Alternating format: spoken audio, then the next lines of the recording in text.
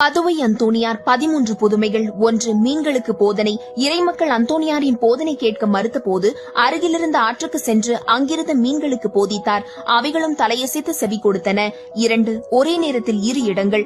இறைமக்களோடு Easter திருப்பலி நிறைவேற்றிக் கொண்டிருந்த வேளையில் அருட்சகோதரிகளின் இல்லத்தில் நடைபெற்ற திருப்பலியில் அல்லேலூயா வாழ்த்து பாடினார். 3. கழுதை.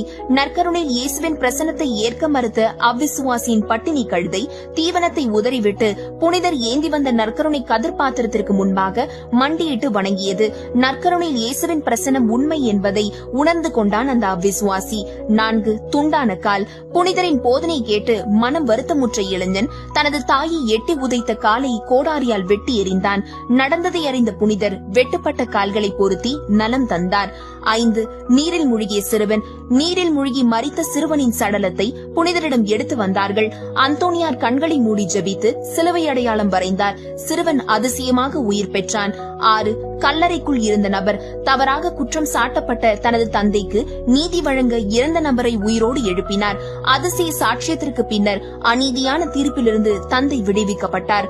7. விஷம். தப்பறையாளர்கள் விருந்திற்கு அழைத்து புனிதர் உணவருந்த இருந்த உணவில் விஷம் கலந்திருந்தனர். அடுத்து நடந்தது என்ன? 13 புதுமைகளையும் காண பாகம் 2 மறவாமல் காணுங்கள். நன்றி. இப்பட்டியலில் உங்கள் நெஞ்சத்தை தொட்ட புதுமை அல்லது